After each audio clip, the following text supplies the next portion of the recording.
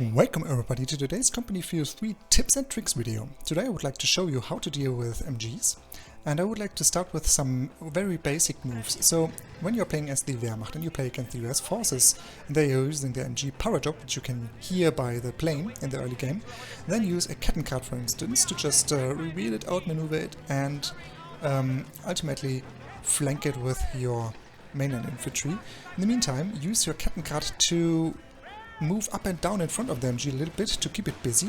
The MG will try to follow the Kettenkart, but it's too fast, so it won't take too much damage and will come away. But the MG won't be possible to pin all your units.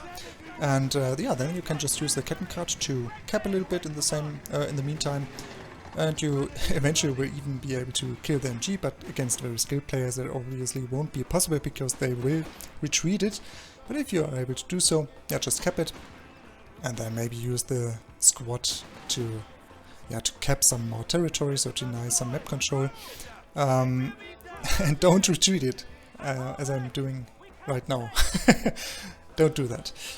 The same, and by the way, just one model drop, that's fine. The same obviously is working for other factions as well, so if you're using the US forces and you play against the Wehrmacht and they're using the MG42, just use a Willis Jeep for instance to outflank it and then kill the MG with brute force.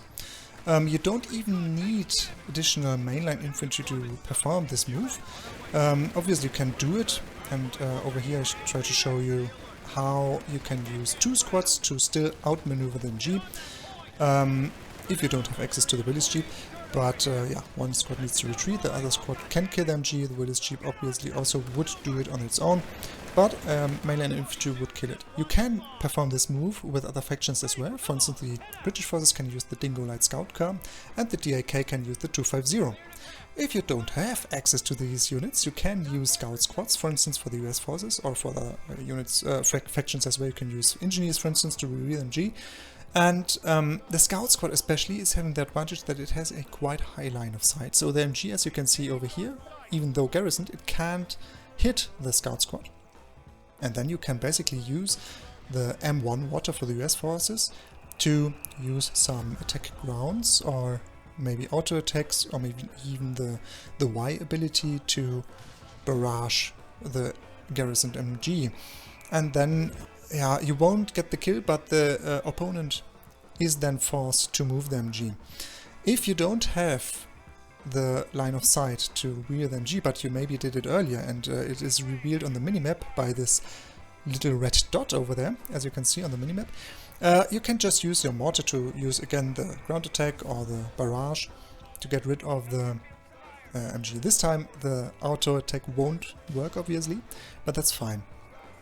So as you can see here, the damage output is not super high, but still it takes a little bit of the actions of your opponent.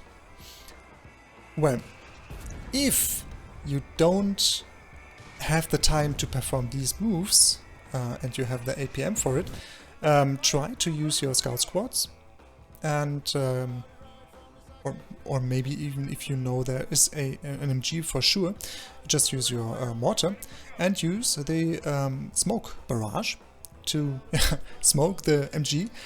And after you did so, engage with an engineer squad or with an engineer squad with some flamethrowers, and make sure that you get a little bit closer, so that you can make a nice little barbecue of the MG.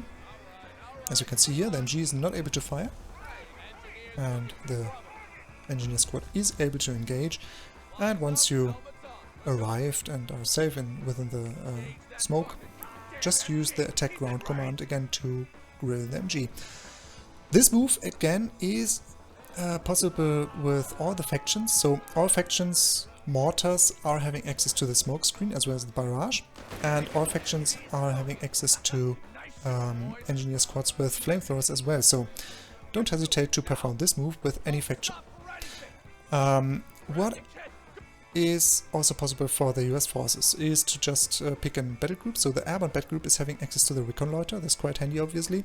Smoke bombing run is obviously denying the fire of or the suppression of the MGs. The Pathfinders are basically the same as the Cell Squads. They have a high line of sight and you can use them to rear the MGs. If you are not using the Airborne Battle Group, however, you can use the Armored Battle Group. And over here we have access to two abilities in a very early game. The Veteran Crews, for instance. This will make your Willis Jeeps a little more sturdy, and they will also deal more damage. And the Fast Deploy will make them being deployed faster. And then I can just use the Willis Jeep to outmaneuver the MGs, reveal them, maybe even kill them, and have a good time. If you are not using that, but the Spec Ops, for instance, then you have access to smoke screens again, or the flares.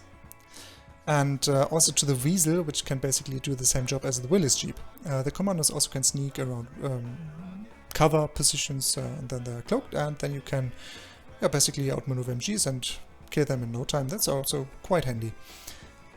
When you are playing the Wehrmacht, however, you have access to the Mechanized Battle Group. There you have access to the scopes, as well as the Achtrad Armored Car. The Achtrad Armored Car is having a very, very impressive vulnerability. When it's stationary and it's sweated up, after a few seconds this ability will and it will reveal enemy units within the fog of war. You also have the spotting scopes for instance, your vehicles, increasing the line of sight, as you can see here. And when you're using the Breakthrough Battle Group, you basically can use the smoke screen again, or the smoke bombing run in this case. Obviously denying the fire of an enemy MG, quite handy. The Luftwaffe Battle Group is having access to the reconnaissance run or the loiter. The loiter can just strafe away an MG. And the DAK is having access to the baby tanks. When you're playing the DAK, use the baby tanks to swarm MGs and kill them. And you also can use the Gussadores. They are quite handy because they have access to smoke grenades. And these smoke grenades can be just thrown directly in front of an MG, and then you engage with the Gussadori and attack ground them with the flamethrower of the MGs, respectively. With the Antillian Combined Arms Battle Group, you have access to the Straven again, or the Mortar, and the Semovente. The Semovente is usually intended to be a tank killer, but here you can use the barrage ability to get rid of MGs. That is quite handy. Often enough you will even get the kill, but at least you will make your opponent move or even retreat. You also have access to the Vehicle Support Recon, which is just increasing the line of sight again. Quite handy as well, but you want to have the Breeders obviously. And if you're using the Armored Support, then you can use, nobody's doing that, but you can use the Vehicle Awareness, and that is incredibly nice actually. This ability will increase the line of sight of your vehicles tremendously. So I would like to show you this ability with the Kratzschützen. The Kratzschützen are fast and they can outmaneuver MGs with these, but if you just want to use them a little bit more passively with the line of sight, then use this ability, and as you can see here, the line of sight is increased tremendously. It's awesome. Well, but there is also, of course, the reconnaissance truck, and the reconnaissance truck basically can do the same as the Wehrmacht Achtrad. It can reveal enemy units within the fog of war. And the great advantage of the reconnaissance truck is, as well, that you can use the Y barrage, and let's just enjoy it a little bit.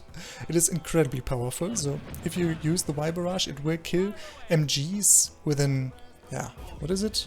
Maybe 3, 4, 5 seconds or so. Yeah, it's pretty dead.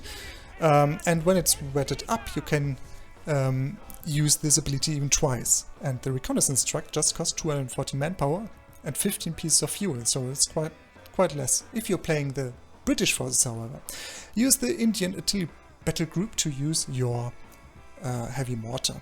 The heavy mortar is also, as I already pointed out, having access to smoke and the barrage and everything, but it also can provide flares. That is quite handy, and it's having a very high range. So here we can see the flares, the C ability, and with that basically, let's take a look at this position over here. More or less can use the ability at this position. Let's activate the fog of war. And now, as you can see, okay, nothing happens, it takes some time. But now, as you can see, yeah, the flares are